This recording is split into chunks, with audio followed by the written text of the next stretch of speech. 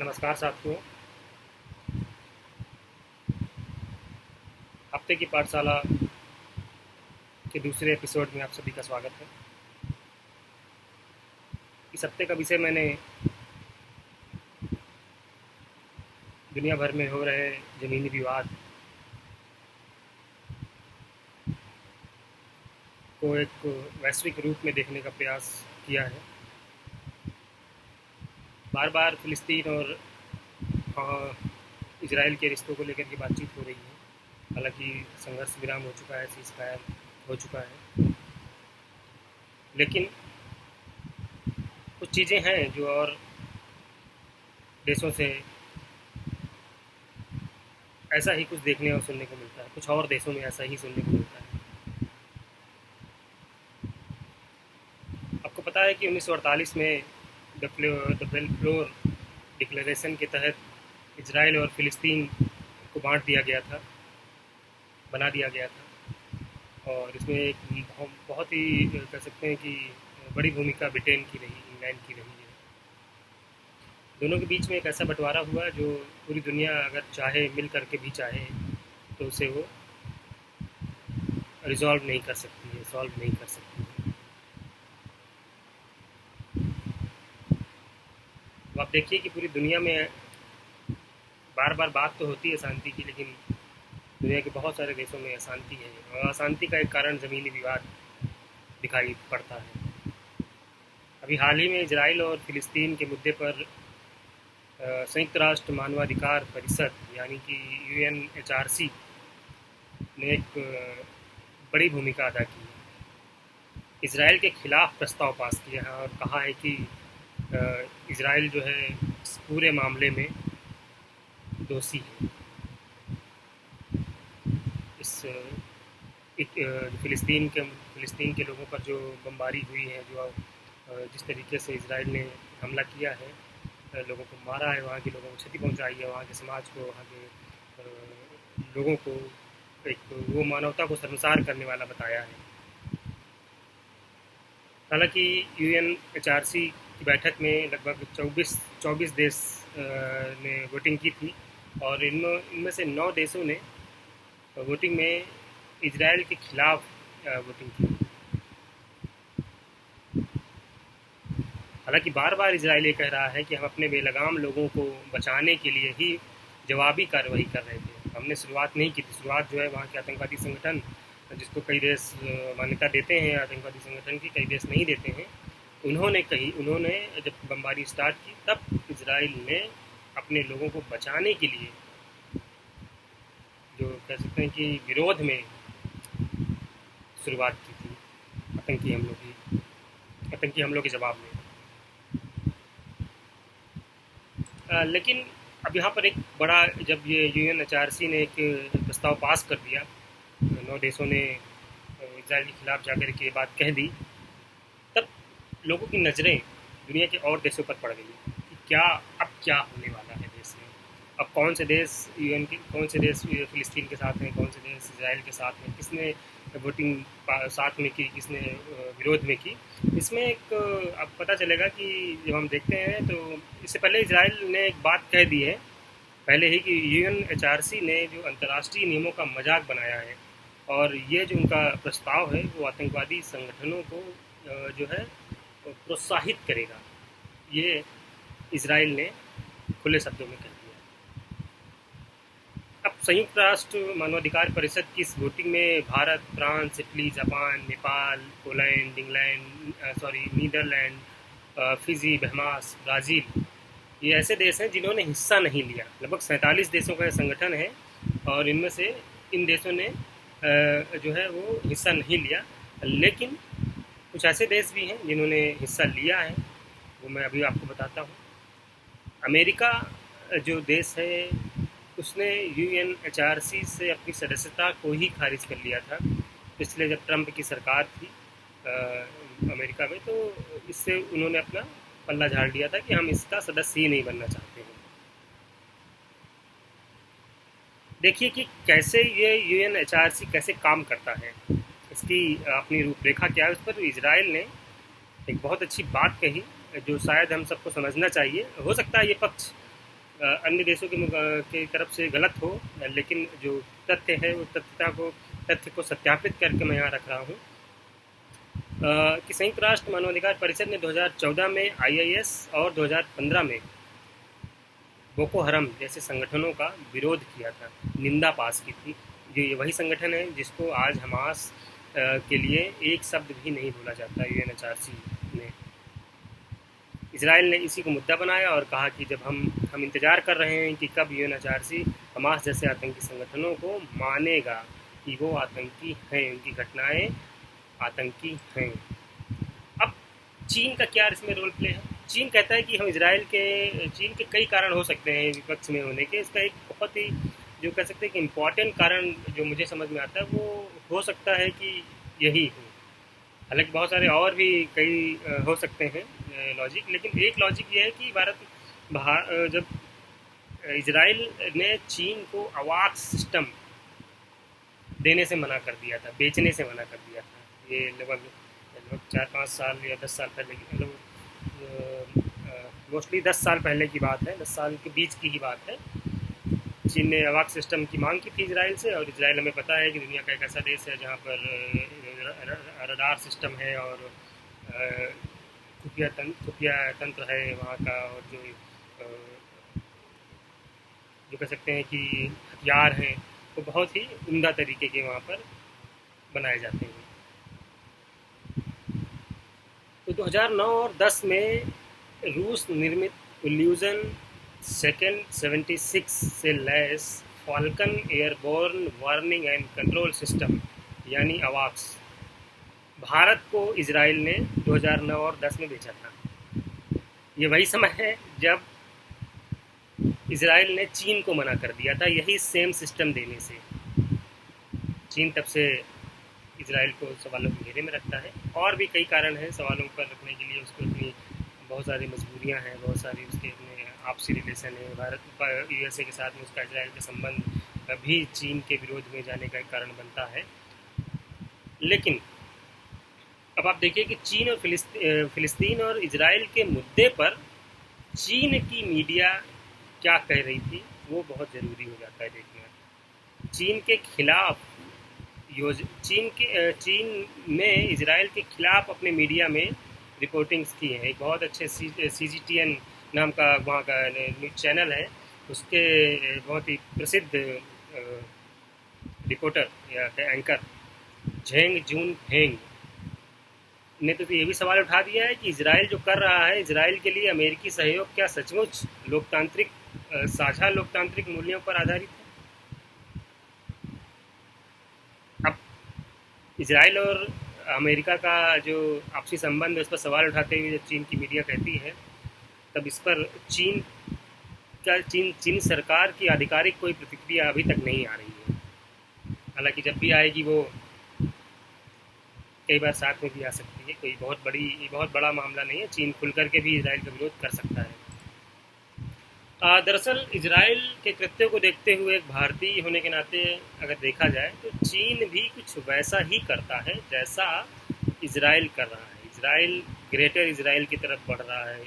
वो कई बार कहते हैं कि आपने देखा उसकी हिस्ट्री देखिए, 1948 से लेकर के उसने कितनी बार, पहले वो गोलान घाटी पर आक्रमण करता है, फिर उसके बाद जॉर्डन को अपने हिस्से में कब्जा लेता है, फिर उसके बाद लेबनान के कई हिस्से उसने अपनी ताकत से आजमा लिए, हथिया लिए।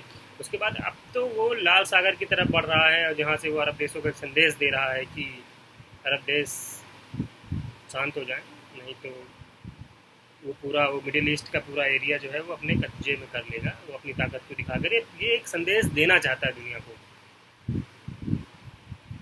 लेकिन अगर लाल सागर पर अगर उसने आक्रमण किया, लाल सागर को उसने हथियाने की कोशिश की, तो उधर जापान का पूरा एक एरिया है, वहाँ पर जापान फिर इंडिया से खफा हो जाएगा क्योंकि इजराइल के साथ में भारत के संपर्क अच्छे हैं वगैरह वगैरह। अब आप देखिए कि कैसे इजराइल जो ये काम कर रहा था, गोलान घाटी में कर रहा था, फिर जॉर्डन में किया उसने, फिर लेबनान के कई हिस्से भी उसने किया, फिर सीरिया में किया, अब वो मिस्र देशों की तरफ, मिस्र में भी उसने आक्रमण किया।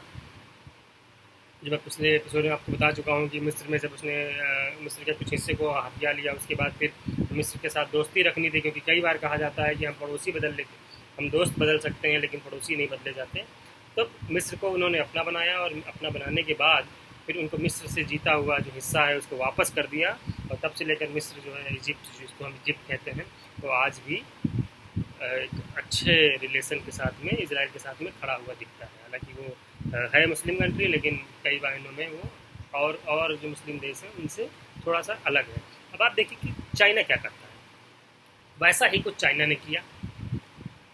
चीन की बात करें तो 1959 में चीन तिब्बत को चीन ने खत्म कर दिया। पूरी दुनिया ने एक बात उठाई कि मानवीयता को खत्म करने वाली ये एक दुखद घटना के तौर पर देखा जाता है कि पूरा का पूरा देश, जो देश शांति के साथ चलना करता था, जो देश जिस देश का जो धर्म है वो बौद्ध धर्म है और बौद्ध धर्म दुनिया में शांति के लिए जाना जाता है, वो देश ही खत्म हो गया। दलाई लामा जो पूरी दुनिया में जा जा करके घूम घूम करके भिक्षा दे रहे थे, वो कहाँ है, किसी को नहीं। इसके बाद चीन अक्साई चीन को अपना लेता है, हथिया लेता है, जो आज भारत के साथ जो उसका विवाद चल रहा है अक्साई चीन को लेकर कर रहा है। फिर उसने कई आइसलैंड को उसने कर लिया। फिर दक्षिण चीन सागर पर उसकी जो निगाहें हैं वो सबसे ज़्यादा खतरनाक दिखाई पड़ती हैं। अगर उसने उस पर कब्जा कर लिया तो उसकी जो निर्भरता मिडिल ईस्ट के देशों पर है, जो मुस्लिमों पर उसकी मुस्लिम देशों पर उसकी जो निर्भरता है पेट्रोल को लेकर के, क्योंकि उसके पास सारा सिस्टम है, सारी चीज़ें हैं, पेट्रोल के लिए निर्भर है मिडिल ईस्ट के देशों पर। वो अगर दक्षिणी चीन सागर पर अगर वो हथिया लेता है तो वहाँ से बहुत सारा पेट्रोल उसको वहाँ से आसानी से मिल सकता है। उधर देखिए कि नेपाल एक छोटा देश है, लेकिन उसकी पॉलिटिक्स देखिए, उसको लगता है कि चीन उसका समर्थक है, लेकिन चीन बेसिकली उसका सबसे बड़ा दुश्मन है। वो सबसे पहले चीन पर ही आक्रमण करेगा, उसके बाद भारत को कब जाना चाहेगा। वो भारत पर जो बातचीत करना चाहता है वो बार बार उल्लंघन करता है सीमा का, वो भारत पर बाद में करेगा, पहले नेपाल ख़त्म कर देगा। लेकिन नेपाल को समझ नहीं आ रही है भी चीज़ें, जब धीरे धीरे वो चीज़ें बढ़ेंगी आगे तो समझ में आने लगेगा। उधर भूटान, लद्दाख का कुछ हिस्सा देखिए, सिक्किम को देखिए, अरुणाचल पर निगाहें लगातार चीन बनाए हुए हैं। अगले लेक्चर में मैं आपको और भी चीज़ें बताऊंगा, जो म्यांमार के रास्ते चीन कैसे भारत पर घुसने की कोशिश करेगा, ये अगला एपिसोड होगा। आप चीज़ें देखिए कि जिस तरीके से इजराइल चाहता है ग्रेटर इजराइल बनाना, वैसा ही चीन चाहता है पूरी दुनिया में राज करना, जिसके लिए उसको भारत, नेपाल, भूटान, लद्दाख, सिक्किम वगैरह के जो एरिया है उस पर वो एक दबदबा बनाने की कोशिश करता है। ये इजराइल और चीन दोनों एक ही सिद्धांत पर काम करते हैं, भविष्य का डर दिखाते हैं दुनिया को और फिर पड़ोसी देशों को परेशान करते हैं। लेकिन एक चीज़ बड़ी इंपॉर्टेंट है, वो जो दुनिया की नज़रें जब किसी और काम पर रहती हैं, दुनिया की नज़र विश्व युद्ध पर थी तब वो कुछ और कर रहा था। दुनिया की नज़र जब 1960 में जब अमेरिका और रूस लड़ रहे थे तब चीन ने तिब्बत को हड़प लिया था। हम उधर भी जीते कि रूस और अमेरिका में कौन जीतेगा, इधर चीन ने तिब्बत को ख़त्म कर दिया और लोगों की निगाहें भी नहीं गई। फिर लद्दाख पर ऐसे ही कर लिया, फिर उसने अरुणाचल पर वो दावा पेश करने लगा है। हालांकि दुनिया अभी फ़िलिस्तीन और इजराइल के मुद्दे पर व्यस्त है। उधर चीन और एक उसका छोटा सा स्टेट हांगकांग, वहाँ का विवाद बड़ा इम्पोर्टेंट हो गया है अभी समझना। एक दुनिया की बड़ी हलचलों में से देखा जाने लगा है, क्योंकि दोनों का केंद्र बिंदु, जो लड़ाई का जो केंद्र बिंदु है वो लगभग सेम है। सेम कैसे है? ज़मीन का मामला है, ज़मीनी विवाद है पूरा। लगभग 11 चीन के निचले भाग में, जो चीन का नक्शा आप देखेंगे तो उसके नीचे के भाग पर 1104 स्क्वायर किलोमीटर का एक भूभाग है, जिसको हम हांगकांग के नाम से जानते हैं। दुनिया का एक ऐसा देश जो अपने आलीशान इमारतों, अपनी जो अच्छी ग्रोथ, अपने अच्छे रहन सहन, अच्छी संस्कृति, अपने लोकतांत्रिक जीवन के लिए जाना जाता है। उस हांगकांग की और चीन की आपसी झड़प को हम इस पर समझने की कोशिश करते हैं कि विवाद क्या है और ताज़ा मामला क्या है। ब्रिटिश हुकूमत को पता है कि दुनिया भर में जो आग लगाई हुई है वो सारी दुनिया में आग लगाई हुई ब्रिटेन की है, और उसने जहाँ जहाँ आग लगाई है, जहाँ जहाँ उसने बंटवारा किया है, वो बंटवारा 10-20 साल, 50 साल, 100 साल बाद भी वो सुलझने वाला नहीं है। जो हम लोगों ने एक थ्योरी दी है कि फूट डालो राज करो, वो अभी भी चल रही है। वैसा ही इसराइल और फ़िलिस्तीन के बीच में किया, वैसा ही भारत पाकिस्तान के बीच में किया, वैसा ही भारत बांग्लादेश के बीच में किया, वैसा ही इसने हांगकांग और इसके बीच में कर दिया। वही काम वो चाइना और ताइवान के बीच में कर रहा है। इस पर भी आगे बात करेंगे। अब आप देखिए कि ब्रिटिश हुकूमत ने चीन से जो हांगकांग का जो एरिया है इस ब्रिटेन ने जीत लिया था, और बाद में इसको वापस कर दिया। जब वापस किया तो किस तरीके से वापस किया, वही एक लड़ाई की असली जड़ है जिसको हमें समझना होगा। चीन जो है अपने शुरुआती दिनों में रेशम और चाय, इन दो खाद्य पदार्थों और जो धंधे हैं इसके लिए जाना जाता था। अब चीन क्या करता था कि चीन जो है वो चाहता था कि इन दोनों के लिए उसे चांदी के सिक्कों से उसका जो है आयात निर्यात हो, जो आप सामान हमसे खरीदें उसके बदले में चांदी के सिक्के हमें दिया करें।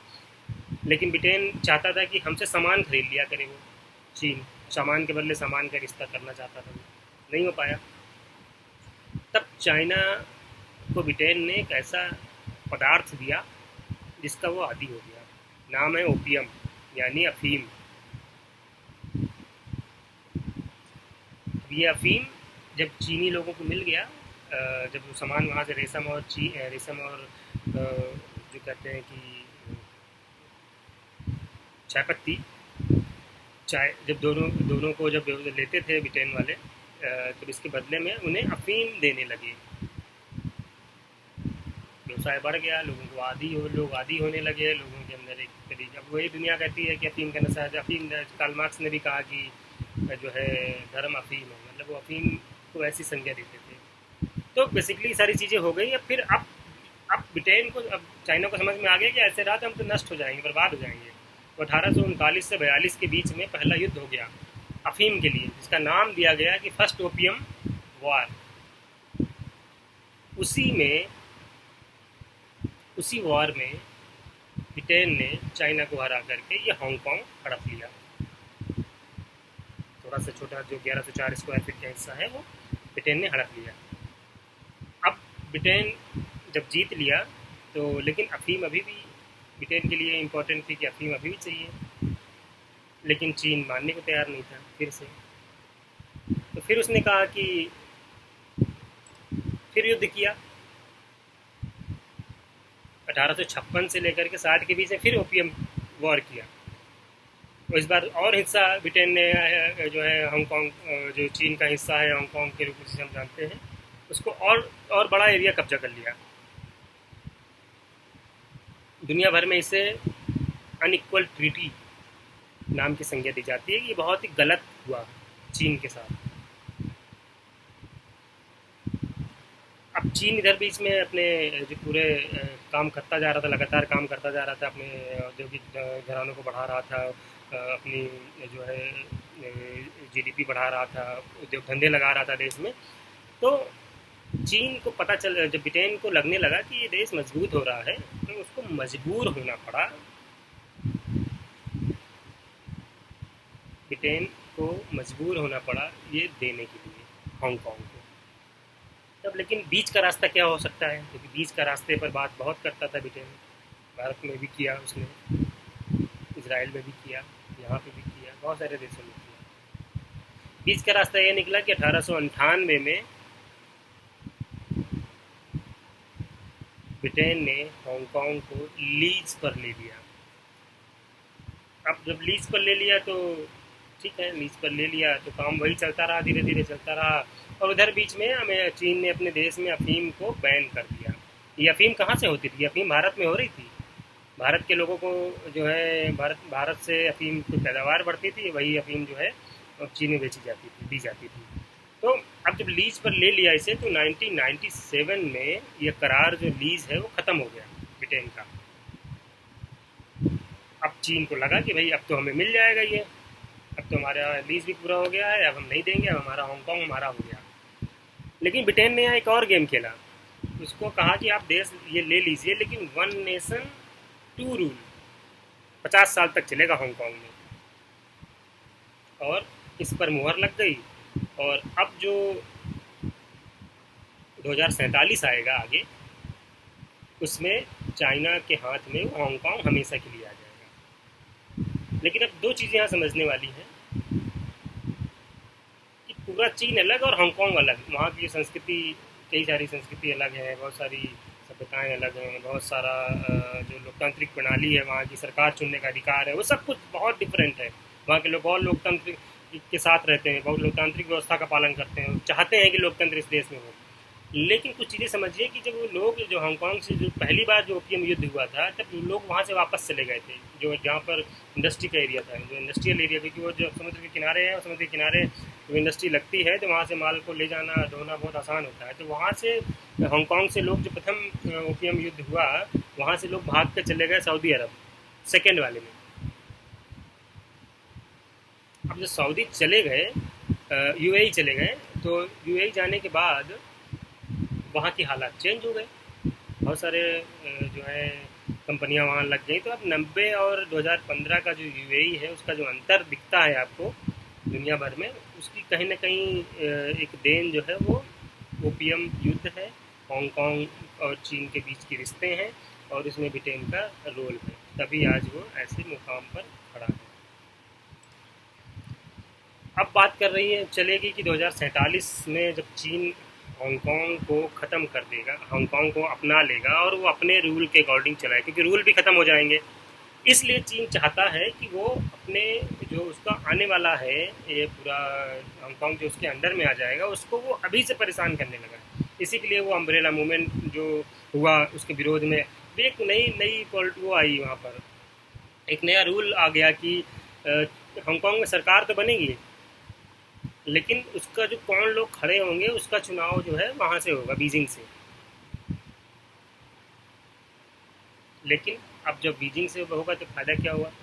तो 2017 में एक चेरी लैम है, उनकी चीफ एग्जीक्यूटिव है हांगकांग की, उनको चीन ने लॉन्च कर दिया कि भैया आप वहीं रहिए और इन सारी चीज़ों को देखिए। गलत कर रहा है लगातार चीन, हांगकांग को परेशान कर रहा है अपनी नीतियों के तहत, और उन्हीं नीतियों का जब विरोध हांगकांग करता है तो लोकतांत्रिक व्यवस्था में आकर के करता है, और लोगों 1-1 लाख 10-10 लाख लोग जो है सड़कों पर आ जाते हैं, और पूरी दुनिया उन्हें दिखाती है। बेसिकली 2047 तक वो बहुत ज़्यादा क्रूर नहीं हो सकता है, क्योंकि विदेशी मीडिया वहाँ पर हमेशा रहता है हांगकांग में, और वो दिखाता है। द गार्जियन की बहुत सारी रिपोर्ट्स आप उठा कर देखेंगे, बहुत सारा विदेशी मीडिया आप हांगकांग की रिपोर्टिंग देखेंगे तो पता चलेगा कि केमिकल का जब छिड़काव चाइना की सरकार करती है, तो वो सिर्फ छिड़काव इसलिए करती है क्योंकि उसको पता है कि अगर वो गोली बारूद मारेगी तो वो हक के खिलाफ हो जाएगा, इसलिए वो केमिकल का छिड़काव करके उस प्रदर्शनकारियों को हटाने की कोशिश करती है। हालांकि उनका भी विरोध हुआ है, कई बार होता रहता है। अब 2018 और 19 के बीच में एक और बुरा समय आ गया हांगकांग के लिए। आपने पूरी दुनिया ने एक फ़ोटो देखी होगी, वो एक जो है चान टोंग काई नाम का एक युवक है, उसने वो जो है ताइवान चला गया अपनी एक प्रेमिका को लेकर के, और किसी कारण से उसका मर्डर भी हो गया। तो अब कोई किसी किसी देश का कोई व्यक्ति किसी दूसरे देश में जा करके कोई घटना घटित हो जाती है उसके साथ में, या हत्या कर देता है, मर्डर कर देता है, तो उस देश का रूल लगेगा उस आरोपी पर। यह तो पूरी दुनिया में है। अभी आपने मेहुल चोकसी का आप देख रहे होंगे कि वो कहीं भाग गया है, दूसरे देश भाग गया है, भारत मांग रहा है उसको, भैया हमको ला के दो, ये हमारे यहाँ का फरार है। बेसिकली भगोड़ों का जो स्वर्ग है वो ना बन पाए हांगकांग, ऐसा ही कहना है चेरी लैम का। वो चाहती हैं कि दुनिया भर के लोग यहाँ आकर ना रुक जाएं, लेकिन इसके पीछे जब इसको और थोड़ा ध्यान दिया जाएगा तो पता चलेगा कि ये हालांकि उनकी पॉलिटिक्स है, चीन की पॉलिटिक्स है, जो चाहती है कि किसी न किसी बहाने से वो हांगकांग पर प्रभाव डालें और हांगकांग के लोग जो है वहाँ पर लोकतंत्र है उसको ख़त्म किया जा सके। अब फिर नया रूल बन गया कि अगर कोई व्यक्ति ताइवान में जा कर के या दुनिया के किसी देश में जा कर के कोई आरोप करता है हांगकांग का, तो उसके आरोपी को या तो चीन रखेगा या ताइवान रखेगा, सज़ा वही देगा। तो अगर ताइवान सज़ा देगा तो भी बहुत कट्टरपंथी हैं, वो सज़ा देगा, सीधे मौत की सज़ा सुनाएगा। अगर चीन करेगा तो चीन की अदालतों में तुरंत फैसला होता है, जैसा कि आप सब जानते हैं। अब जब इसका अब ये जब आ गया ये पूरा का पूरा एक नया रूल आ गया, और रूल में एक और रूल जोड़ा गया कि जो है हांगकांग में चीन की एक खुफिया एजेंसी हमेशा के लिए रहेगी, सिक्योरिटी वहाँ पर रहेगी, वो जांच करेगी कौन व्यक्ति क्या कर रहा है, क्या पढ़ रहा है, क्या लिख रहा है, पूरी की पूरी जांच रखेगी। अब जांच रखेगी तो सीधी सी बात है कि वो पकड़ेगी ऐसे लोगों को जो चीन के खिलाफ हैं, चीन की सत्ता के खिलाफ है, चीन के रूल के खिलाफ है, और वो उनको टारगेट कर करके मारती रहेगी। हालांकि इस पूरे जो नया रूल है इसका विरोध नहीं हो पाया, क्योंकि कोरोना चल रहा था। अब पूरी दुनिया की मीडिया भी शांत रहेगी, क्योंकि अगर आप कहीं पर आते हैं किसी देश में, या किसी देश में अगर आप विरोध प्रदर्शन करते हैं, ज़्यादा संख्या में खड़े होते हैं, तो आप सोशल डिस्टेंसिंग का पालन नहीं कर सकते, और जब आप पालन नहीं कर सकते तो मीडिया भी आपको गलत तरीके से ही पेश करेगी। तो पूरा का पूरा मामला ठंडा पड़ गया है। अब खतरा हांगकांग में बहुत ज़्यादा है कि अगर ये रूल पास हो गया, ये नया नियम जो अधिनियम बना है वो अगर लग ही गया है, तो वहाँ के लोगों को बहुत नुकसान होगा। चीन की सरकार के खिलाफ खुले शब्दों में निंदा करना हांगकांग की हमेशा से नीति रही है, हमेशा से उसका अपना एक रोल रहा है। लेकिन अब वो भविष्य में कभी कर पाएगा क्या, ये बात लोग समझने की कोशिश कर। वो हांगकांग को बेसिकली ट्रेलर दिखा रहा है कि तुम अब हमारे कब्जे में आने वाले हो, तो हम जैसा बताएंगे वैसा करो, क्योंकि ब्रिटेन ने बहुत कुछ खेला है। अब यहाँ तक आपको पता होगा कि अमेरिका भी हांगकांग को टैक्स फ्री कर दिया है, वो टैक्स बहुत कम लेता है अपने जो वहाँ से व्यवसाय करता है, लेकिन वही चीज़ चाइना से बहुत ज़्यादा लेता है टैक्स।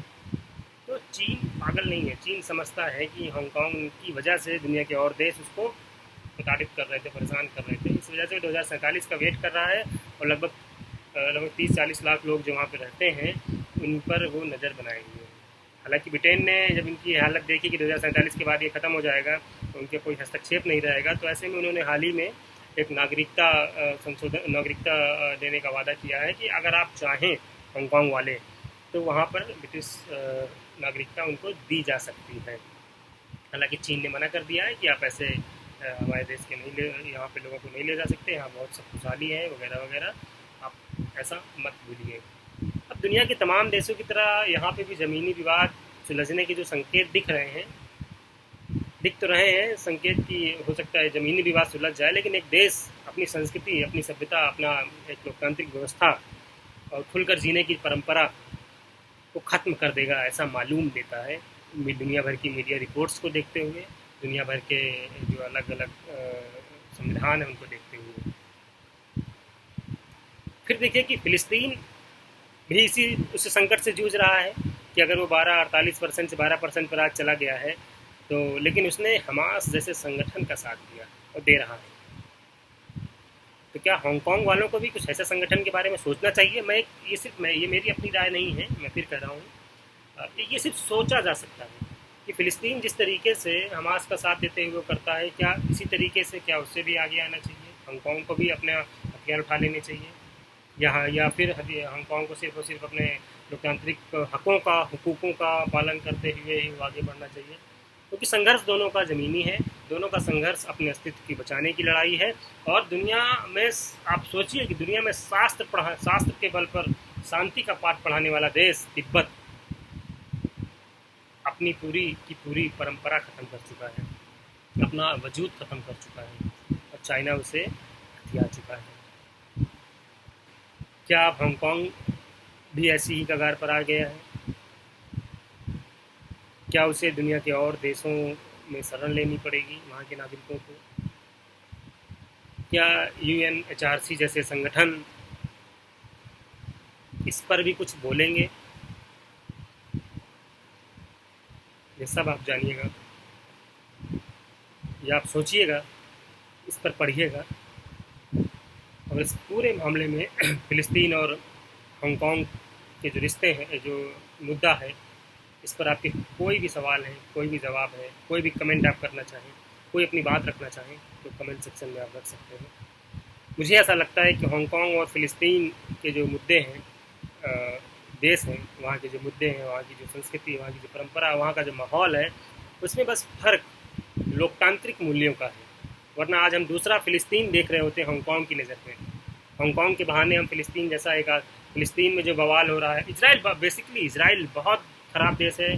इसराइल जिस तरीके से काम कर रहा है, जिस तरीके की नीतियाँ अपना रहा है, वो पूरे तरीके से, मैंने पहले बताया कि वो चीन के तरह काम कर रहा है। चीन जिस तरीके से पूरी दुनिया पर कब्जा करना चाहता है, वैसे ही वो इसराइल अपने आसपास के जो मित्र देश हैं, जो पड़ोसी राज्य हैं, पड़ोसी देश हैं, उन पर वो आक्रमण करता है, उन पर वो धमकी देता है। लेकिन फिर भी वो आतंकी घटनाओं को जैसे हमास कर रहा है वैसा तो नहीं हो रहा। इसीलिए उसने, हमने शुरू में बताया आपको कि वो UNHRC से वो एक ही बात कह रहा है कि जब बोको हरम और ISIS का विरोध हो सकता है तो हमास का क्यों नहीं? क्या हमास को मंजूरी मिली हुई है? क्या हमास जैसे संगठन को जो है वहाँ पर भी हांगकांग में भी खुल जाना चाहिए, वहाँ पर भी मिल जाना चाहिए? ऐसे पर भी हम सोच सकते हैं। अगले एपिसोड में एक और नए विषय के साथ हम आपसे जुड़ेंगे। इस वीडियो को जो भी लोग देख रहे हैं वो उसे आगे बढ़ाएं, और इसमें आपकी जो भी व्यूज़ हैं, जो भी आपके कमेंट हैं, वो आप मुझे कमेंट बॉक्स में दे सकते हैं। मेरा ईमेल आईडी पर आप मुझे संपर्क कर सकते हैं, मेरे फेसबुक पर आप कॉन्टेक्ट कर सकते हैं, ट्विटर हैंडल है मेरा MJaisal2, मनीष जैसल के नाम से फेसबुक पेज है। दूसरा, कोई भी आपको सवाल है, जवाब है आपका, कोई भी आपको व्यू देने हैं तो आप मुझे यूट्यूब के इसी कमेंट बॉक्स में आप कमेंट कर सकते हैं। बहुत बहुत धन्यवाद आपका।